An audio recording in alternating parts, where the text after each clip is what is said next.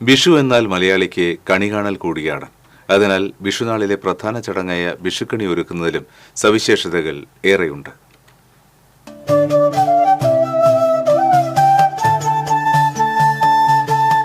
കണി കണ്ടാണ് കൈരളിയുടെ കാർഷികോത്സവമായ വിഷുദിനം ആരംഭിക്കുന്നത്.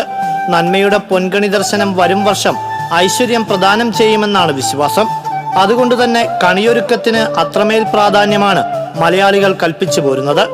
കാലം എത്ര കണ്ട് മാറി ചിന്തിച്ചാലും ഇത്തരം ഗൃഹാതുരമായ ആഘോഷങ്ങളിൽ സാംസ്കാരിക തനിമ നിലനിർത്താൻ മലയാളക്കര പ്രത്യേകം ശ്രദ്ധിക്കാറുണ്ട്. കുടുംബത്തിലെ മുതിർന്ന സ്ത്രീകളാണ് പൊതുവെ വിഷുക്കണി ഒരുക്കുവാനും അത് കുടുംബാംഗങ്ങളെ കാണിക്കുവാനും മുൻകൈയെടുക്കാറ്. ശ്രീകൃഷ്ണ വിഗ്രഹം വെച്ച് ഉരുളിയിൽ നെല്ലും ഉണക്കലരിയുമിട്ട് കൃഷ്ണന്റെ അരിഞ്ഞാണമായി കണക്കാക്കുന്ന കണിക്കൊന്നയും വെക്കും.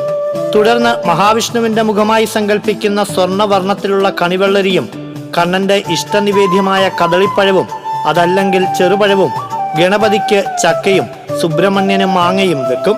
കൂടാതെ തേങ്ങയും പഴവർഗ്ഗങ്ങളും പച്ചക്കറികളും നവധാന്യങ്ങളും ഗ്രന്ഥവും വെറ്റിലയും അടക്കയും കൈനീട്ടം കൊടുക്കാനായി നാണയങ്ങളും സ്വർണവുമെല്ലാം കണിത്താലത്തെ സമൃദ്ധമാക്കും.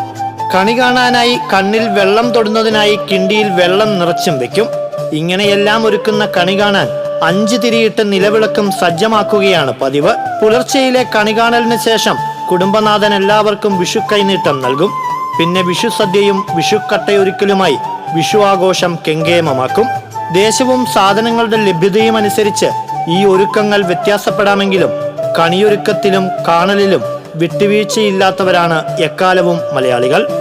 ഏവർക്കും വിഷു ആശംസകൾ. Festival desk TCV.